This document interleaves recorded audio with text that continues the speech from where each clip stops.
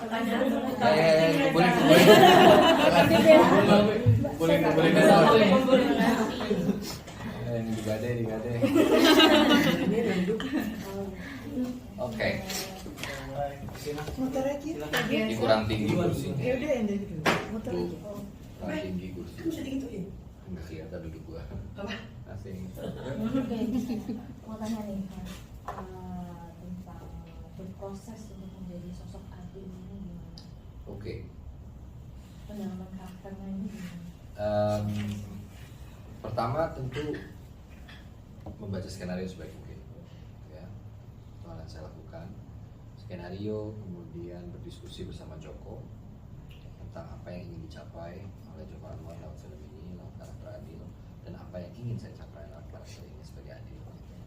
Jadi menyamakan dulu frekuensi dan persepsinya bahwa Adil ini seperti ini, dan Joko tuh menurut saya sutradara yang memberikan ruang itu buat saya sebesar-besarnya, bahwa I want to read this, membaca skripnya, kemudian kasih feedback dan kasih tahu kira-kira what do you want to do with character gitu kira-kira.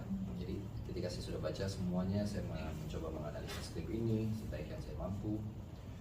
Pada akhirnya saya menyampaikan kepada Bang Joko, Bang, saya mau bertemu, saya mau secara spesifik menyampaikan kira-kira karakter ini akan saya bawakan seperti ini. Are you okay? Apakah Bang Joko merasa, oh iya ini Adil yang ada di kepala gue gitu. Kalau enggak, saya akan cari bentuk yang lain gitu. Tapi ketika saya menawarkan bentuk itu dan Bang Joko udah agree, mulai dari postur tubuhnya, kemudian bagaimana cara bergeraknya, bagaimana cara berbicaranya, looknya, ya itu hal-hal.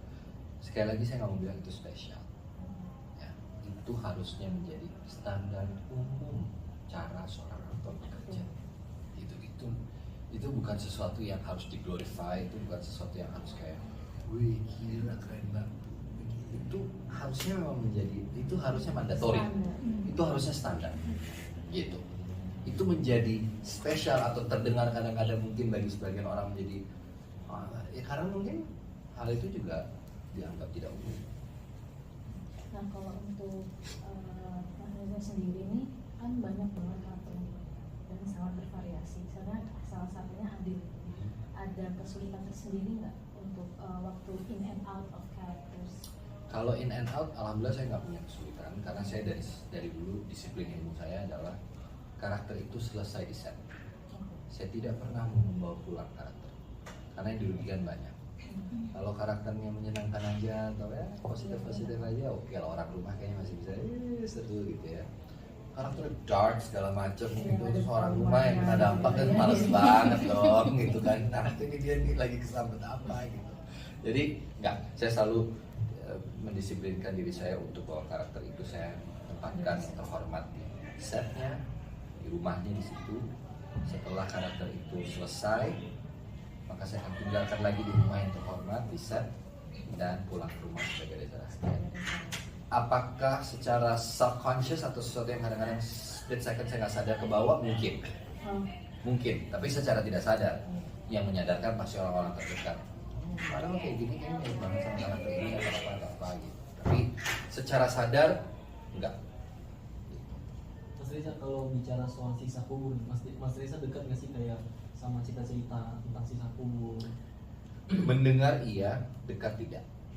Dan saya memilih untuk percaya pada ada sesuatu yang saya tidak tahu persis, tidak tahu detail bentuknya akan seperti apa yang terjadi setelah kematian. Itu saya percaya. Gitu. Bentuknya seperti apa, walau tidak tahu. Tapi saya percaya juga bahwa selagi Tuhan masih memberikan kemampuan untuk bernafas, ya pakailah kemampuan dan anugerah itu sebaik mungkin untuk melakukan hal-hal yang baik aja sih. Kerja dengan baik, profesional, be kind, be gentle to everybody as much as you can do. Karena dengan begitu pun yang namanya dosa itu nggak mungkin kita luput, udah pasti akan ada terus. Untuk kolaborasi sama Joko Anwar ini seperti apa sih pengalamannya? Film pertama dengan Bang Joko, tapi bukan proyek pertama dengan Joko Anwar, tapi ini film pertama dan film horor setelah mungkin lebih dari 10 tahun. Karena Fire Pit itu by the way bukan film horor ya, ada so it's not a horror movie. Kenapa ini menjadi spesial Siksa Kubur? Karena ini recall ke memori saya waktu saya mengawali karir saya sebagai seorang aktor. Saya memulainya itu lewat film horor. Jadi sebagai aktor yang baru mengenal film, set film pertama yang saya kunjungi dan saya datangi itu adalah set film horor. Sutradaranya sutradara film horor, banyak hantunya lagi film horor yang itu.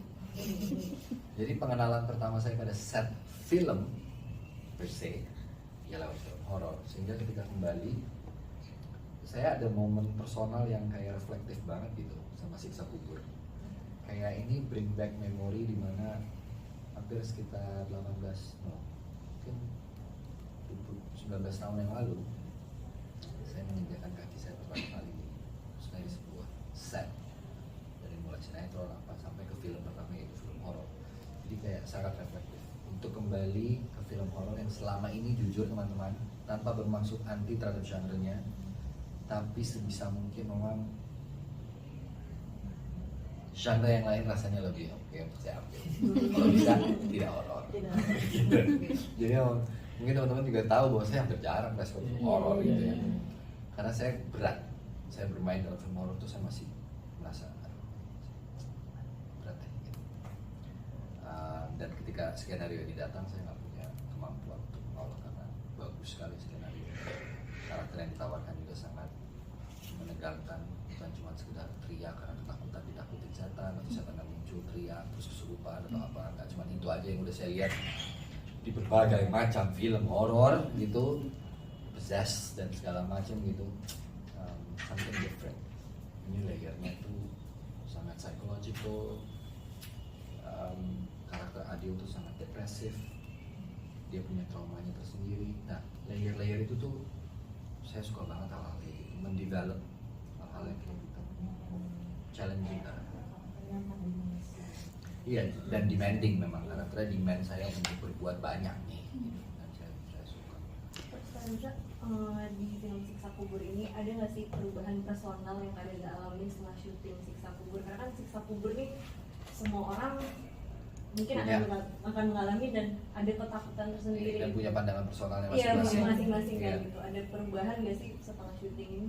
Saya tadi baru bahas sama teman-teman yang sebelumnya bahwa syuting Siksa Kubur tuh saya lagi ada di dalam periode mental yang cukup stress out tentang sesuatu lah gitu ya. Jadi saya lagi capek-capeknya, lagi burn out, stress out ini terlalu berlebihan, burn out lah gitu tentang sesuatu.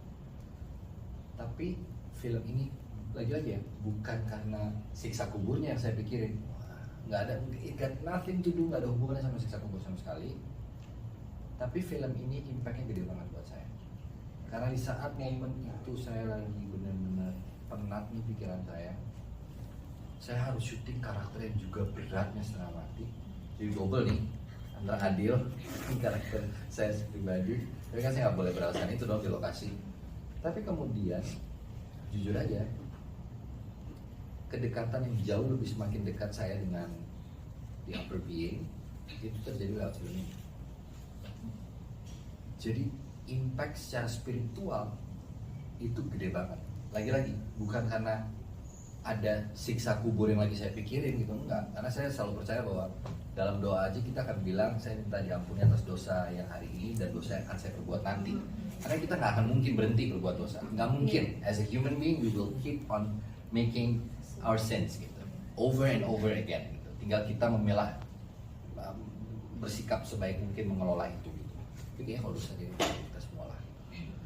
Jadi secara spiritual saya rasa film ini membawa impact besar karena saya berhasil melewati momen yang tadi saya bilang, the stress out moment selama during shooting Siksa Kubur, sampai kemudian saya bisa keluar dari zona itu dengan baik juga di saat Siksa Kubur selesai syuting.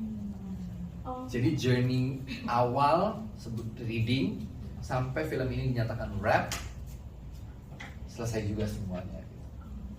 Selesai juga kontemplasi saya terhadap apa yang harus saya lakukan ke depannya, hubungan saya sama Tuhan semakin dekat. Jadi ya banyak hal-hal positif lah, impact yang menurut saya wow, segini ya ternyata ya. Seni itu bisa membuat manusia seperti ini. Mas Reza sendiri tuh berarti merasa relate nggak sama si karakter Adil ini? Saya justru lucunya tidak hanya relate sama karakter Adil, tapi karakter tiap-tiap karakter tuh ada 1-2 hal yang bisa saya petik dan relate sebagai manusia ya, sebagai manusia biasa. Kenapa saya selalu bilang sama Bang Joko, Bang, film ini tuh gilanya apa coba? Bukan hanya soal momen scary-nya, menakutkannya, sinematografi yang luar biasa, tapi orang nonton film ini, kita tuh kayak lagi melihat diri kita diwakili oleh nggak hanya satu karakter, tapi ada banyak karakter yang kita bisa nemuin. Aduh, ini gue banget lagi. Atau misalnya dia lagi ada momen sedih yang seperti ini, I've been through that, gitu. Jadi karakter ini mewakili manusia pada umumnya, yang dekat di sekitar kita, bahkan diri kita sendiri. Itu yang paling luar biasa. Buat saya tuh kena kayak, kita tuh segitu sebenarnya. Kita tuh sebenarnya segini nih. Yang bikin kita besar tuh apa yang kita perbuat, kan gitulah kira-kira besar kecilnya ya. Jadi saya senang banget sih. Saya kayaknya akan nyesel deh kalau saya nggak ambil Siksa Kubur. Itu saya tahu film ini rilis gitu, terus saya nggak main gitu ya, saya akan nyesel banget sih kalau saya udah baca skenario nya. Jadi saya kayak senang banget karena ini bukan film horor yang isinya tuh cuma setan gitu, jump scare lagi, orang kayak gitu doang gitu. Tapi kita diajak berkontemplasi, reflektif, mikir dan segala macam, dan mungkin bisa, karena ini film tentang kehilangan keluarga juga. Orang nonton film ini tuh di momen lebaran menurut saya juga bisa jadi kayak momen ibu anak, ayah suami istri, anak dengan ayahnya atau dengan tetangganya, keluarganya, untuk jadi kayak mikir lagi, kita udah ngapain aja sih sebenarnya selama ini. Jadi bukan hanya tentang memikirkan dosa apa sih yang udah kita perbuat, ya itu sih nggak selesai, dan nggak usah dipikirin dosa apa yang udah kita perbuat gitu ya, udah bukan kerjaan kita gitu ya, udah ada yang nyatet kok gitu kan. Jadi ya reflektif banget gitu, kita akan berpikir untuk what have we done actually as a human being, apa yang udah kita perbuat buat sesama manusia ya, dari yang terdekat ya, sahabat ya, keluarga, tetangga. Dan itu yang Mas Reza rasain setelah Itu yang aku syuting. rasain setelah syuting. Next. Mas, Yes. aku mau nanya, kan karakter Adil di Siksa Kubur ini lumayan berat ya. Nah, ada nggak sih treatment dari Mas Reza sendiri dari awalnya reading gitu, mau nempatin karakter Adil ini kayak gimana sampai ke arah sampai syuting, gimana mau keluar masuk karakter Adil gini dalam setnya? Apakah entah kayak dengerin musik dulu atau baca buku gitu-gitu sih? Mungkin karena waktu saya syuting ini saya pas banget lagi having my own therapy session dengan psikolog saya gitu ya. Jadi kayaknya saya nyelip-nyelipin aja colongan waktu gitu. Ya psikolog tidak murah ya. Jadi 1 jam ya 30 menit saya bahas film lah. Bahas karakter Adil gitu ya. Kadang-kadang colongan-colongan aja sih. Jadi saya cerita gitu ya, nih saya lagi film ini karakter begini. Biasanya tuh dimensi emosi karakter yang lagi menghadapi trauma kayak gini apa aja ya mbak, terus dia jawab gitu, oh ya macam-macam, ada ini, ada somatiknya seperti ini bentuknya, ada yang seperti ini. Jadi diskusinya tuh untuk yang layer emosi si karakter Adil ini saya bisa diskusi dengan juga seorang psikolog gitu, dan pentingnya untuk memahami karakter lewat psikologisnya juga gitu. Nah, yang physically, perubahan fisik aja gitu, oh dia brewokan, tebel, nggak ngurus diri, ya oke, itu kan eksternalnya, tapi internalnya juga penting banget tuh, karena itu yang mempengaruhi kenapa dia berjalan begitu, kenapa tubuhnya cenderung menutup. Itu tuh karena saya mempelajari human behavior, jadi saya tuh seneng banget ketika dapat karakter yang memberikan saya ruang untuk di Siksa Kubur ini sebagai Adil, ruang untuk mengelaborate itu. Oh iya, saya pernah ingat baca teori tentang ini behavior seperti ini, kayaknya kalau dimasukin ke Adil cocok karena dia orangnya introvert, kemudian dia sangat berhati-hati menatap lawan bicaranya, dia nggak confident, jadi dia jarang sekali melihat dan menatap mata orang tuh direct in the eyes gitu, dia akan cenderung membuang pandangannya, jadi benar-benar sesekali, dan tone bicaranya tuh tipis. Kalau teman-teman udah dengerin trailer tuh, coba samain saya sekarang atau film saya yang lain, beda banget suaranya. Saya juga waktu nonton juga agak kaget sendiri. suaranya diapain ya? Itu di adjust di sound mixing apa gimana? Karena saya nggak ingat bahwa suara saya kayak gitu kalau ngomong. But anyway, that's the magic of filmmaking. Iya. Mas Reza tadi sempat nyinggung tentang berewokan gitu kayaknya. Nah itu tuh berarti hasil diskusi sama Bang Joko Anwar juga ya? Justru tadinya sebenarnya Adil itu maunya clean.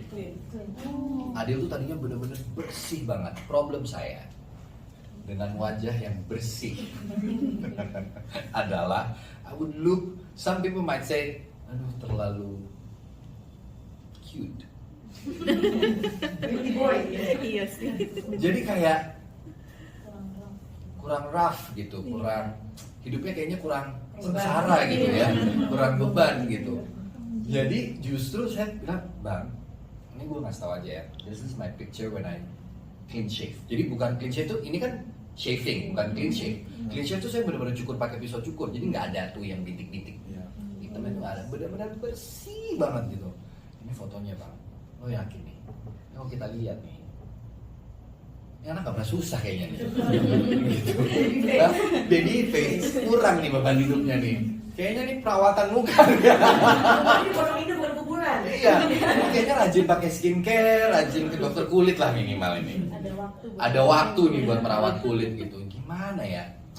Gimana kalau make upnya juga kita bikin tone-nya tuh benar-benar very oily. Saya juga nggak nyukurnya tuh lama banget loh itu.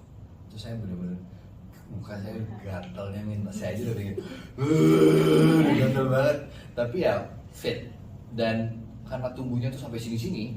Kalau saya tuh tumbuhnya habis di sini nih. Jadi ya semakin dia liar aja gitu tumbuhnya, semakin nggak keurus, rambutnya juga bukan curly ya itu, tidak berbentuk.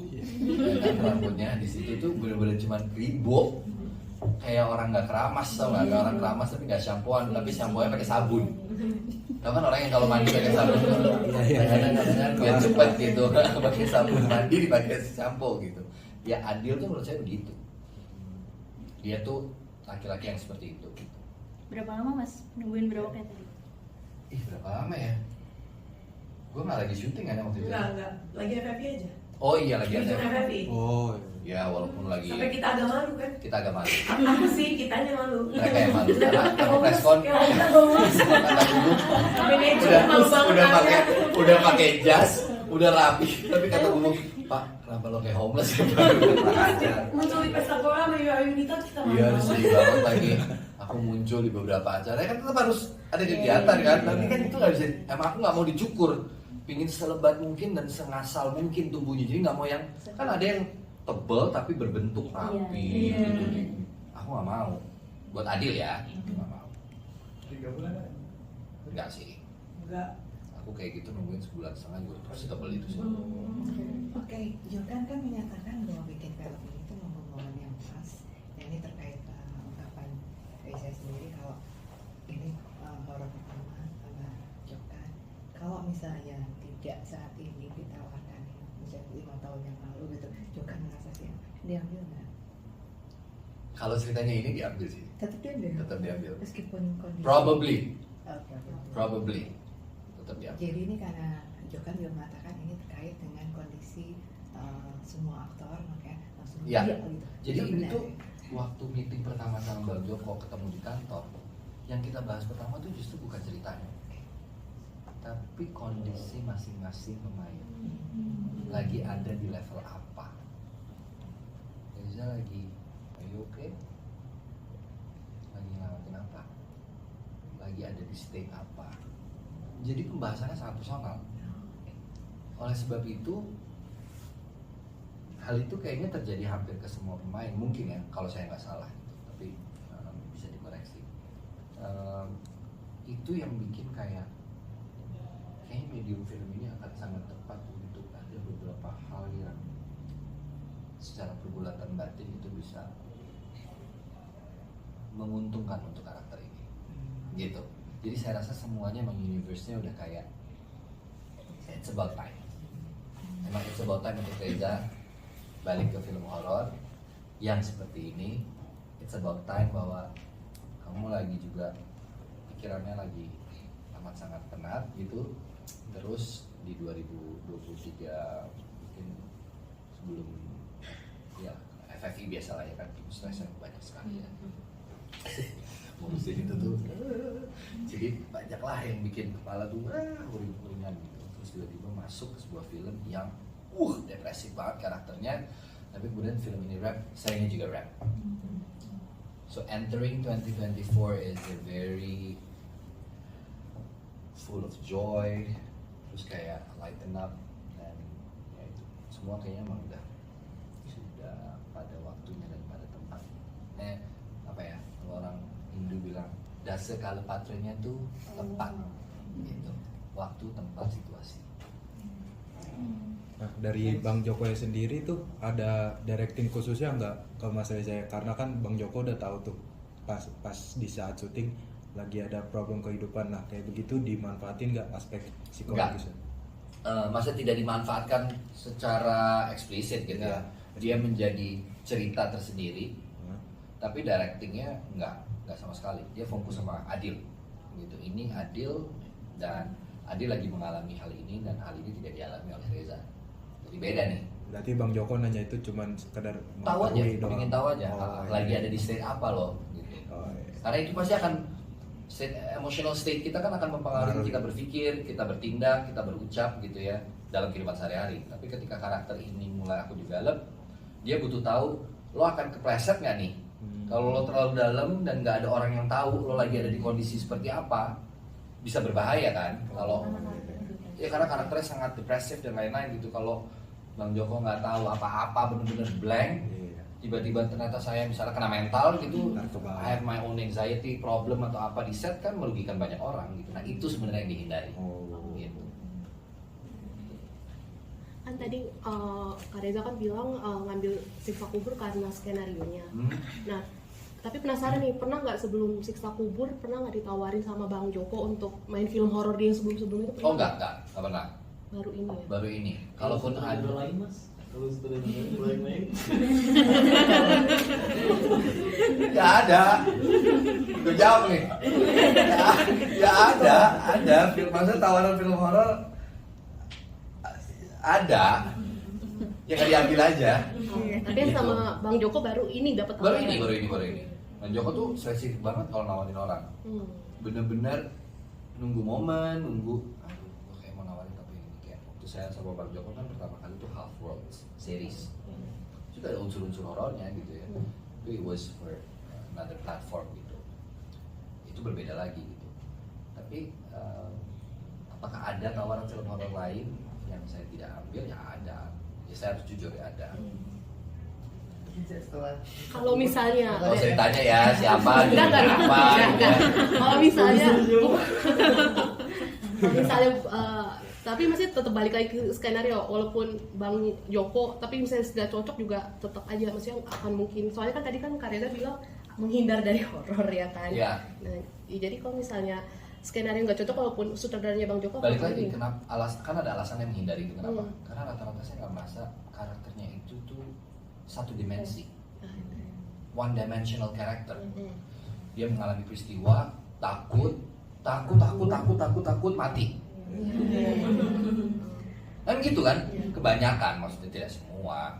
Kebetulan yang datang ke saya kadang-kadang nggak membuat saya merasa cukup challenging enough gitu. Saya nggak tahu bahkan karakter mau saya apain. Dan saya tahu kalau saya mainin juga, ya saya mainin dengan biasa aja gitu. Saya nggak mau gitu. Mendingan nggak usah dulu deh. Gitu sih. Sedikit, nggak banyak juga, paling 1-2. Kalau Siksa Kubur ini bakal ngambil horor lagi nggak? Wah, nggak tahu, belum tentu. Karena Bubu jangan ketawa. Ya setelah premier ini kan kita sudah press compress kan ya, kemarin dalam main apa nih? Ya lagi lah. Berapa tahun lagi? Apa nunggu Joko bikin lagi? Kan udah ada satu. Film ke-20. Bukan. Oh, ini pertanyaan horor ya? Iya. Sama Joko. Kan ada yang bukan horor dulu. Gitu teman-teman. Mas Reza dengan lawan mainnya yang di Siksa Kubur ini dengan Faradina Mufti. Ini kan Mas Reza baru pertama kali Yes. dipasangkan ya. Ya. Itu rasanya gimana Mas Reza? Ada kendala atau enggak dengan membangun chemistry dengan Untungnya saya sudah mengenal Farah sebelum film ini. Jadi udah kenal as a person, sebagai teman gitu, maksudnya kenal dia main film, terus udah pernah ketemu di FFI lah, di apa segala macam, udah pernah bertegur sapa gitu, jadi kita benar-benar pure gitu. Pas ngobrol pertama kali di Kamensi, udah langsung nyambung. Dan ya udah saya nge-treat Farah as my little sister gitu di keseharian, bukan sebagai Adil, tapi sebagai kakak. Sebagai Reza si kakak gitu. Jadi on a daily basis kalau kita lagi reading apa yang udah treatmentnya biasa aja. As a brother, as a big brother. Nggak mengalami kesulitan karena she's a very, buat aku Paradina tuh very talented. Dia punya bakat yang bagus dan ketika itu diasah terus, aku yakin dia akan menjadi sesuatu yang besar. Jadi nggak ada kesulitan sama sekali sama Farah. Dan menarik, Farah, Putri Aidia, saya dulu pertama kali main juga sama Putri Aidia, pertama kali juga Putri Aidia peran utama dalam sebuah film. Kami bermain bersama juga sempat gitu. Jadi merasakan bahwa ada momen-momen yang memang semua itu tergantung individu masing-masing. Bagaimana mereka develop karirnya dan develop hubungannya ketika sesama pemain. Kita nggak punya problem tuh. Ketika mereka semua profesional, ingin bekerja, ingin menampilkan yang terbaik, wah udah selesai. Nggak perlu ada chemistry yang dibentuk-bentuk gimana udah jalan. Karena nggak ada yang menutup diri, semuanya terbuka. This is me, ini yang saya bisa offer. Kamu nyamannya sampai mana? Apa yang nggak nyaman buat kamu kalau di lapangan, di lokasi syuting, itu semua kita buka-buka aja. Oh saya nggak nyamannya begini, saya nyamannya begini. Udah, kita saling jaga. Enak udah syuting. Ada lagi? Dan yang lagi terakhir. Ada Sudah kok 2 menit 3 menit lagi ya. Ini kan Bang Reza pernah jadi ketua FFI gitu kan. Ini sharing aja gitu bagaimana pandangan Bang Reza soal film horor di Indonesia. Oh, pandangan. Apalagi lagi rame. Tahu. Bisa aja lu ya. Ujung-ujungnya nanti itu. Yang tadi bahas itu omongan gua. Akhirnya di highlight yang nanti ini lain. Jam deh. Ya, kurang gila aja gitu ya kan. Apa kita nggak gila ya. Nggak, balikin ke sini kalau ini filmnya tentang positifnya bisa. Oke, gini. Buat saya semua orang berhak membuat filmnya dengan pertanggungjawabannya masing-masing. Jadi ketika orang membuat film dan bertanggung jawab, berani bertanggung jawab, artinya apapun reaksi yang muncul dari film itu, dia harus berani take accountability dan responsibility. Itu penting as a filmmaker. Di luar itu, I have no judgment. Karena semua orang berhak untuk berkarya dan berhak mengekspresikan sesuatu. Gitu loh. Di Amerika ada film horor dengan atribut keagamaan banyak, kita nonton banyak banget. Ada yang salib bentuknya, ada yang apa, ada yang kebalik. Coba itu kalau patung Bunda Maria berdarah tiba-tiba dan segala macam. Oh di sini bisa jadi problem. Gitu ya. Jadi kita nggak perlu juga terlalu menghakimi sesuatu. Nggak perlu juga merasa bahwa kenapa sih film harus begini ya udahlah, bikin aja karya yang baik, yang bertanggung jawab. Kalau ada orang-orang 1-2 orang yang membuat karya kemudian ada sebagian besar pihak merasa bahwa karya itu tidak bisa dipertanggungjawabkan atau merasa bahwa sangat menyedihkan sekali melihat kondisi seperti itu, then make a better film. That's it.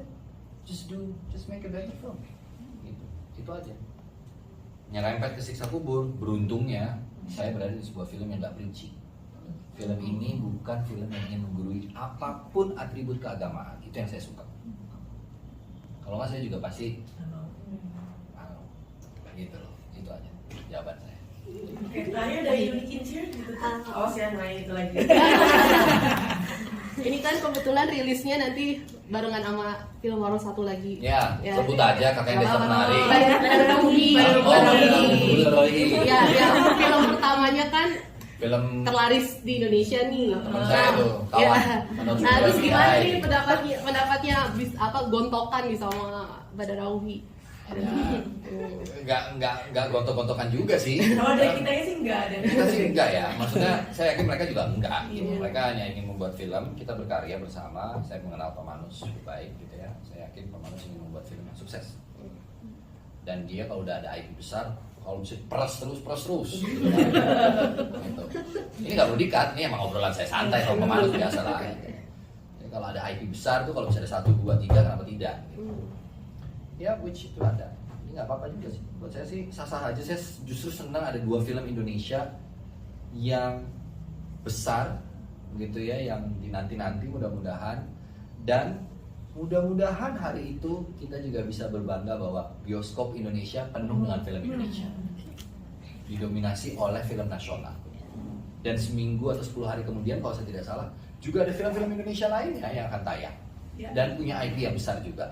Mudah-mudahan layar kita tiba-tiba nggak hanya 60%, 70, 80, 90% dikuasai oleh film Indonesia for that period of time.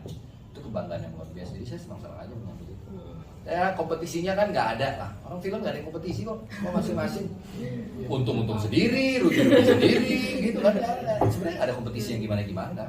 Masing-masing bikin film, masing-masing boleh merasa filmnya yang terbaik. Masing-masing boleh merasa bahwa film ini itu nggak oke. Silakan aja. Yang penting saya selalu bilang, bertanggung jawab atas apa yang Anda katakan. Terima kasih. Mas terakhir Mas tanggal 30. Film. Iya. Ini hari film. Tanggal 30 hari film nasional. Mas Reza sebagai mantan ketua FFI, gimana Mas harapan dan tantangan di film saat ini?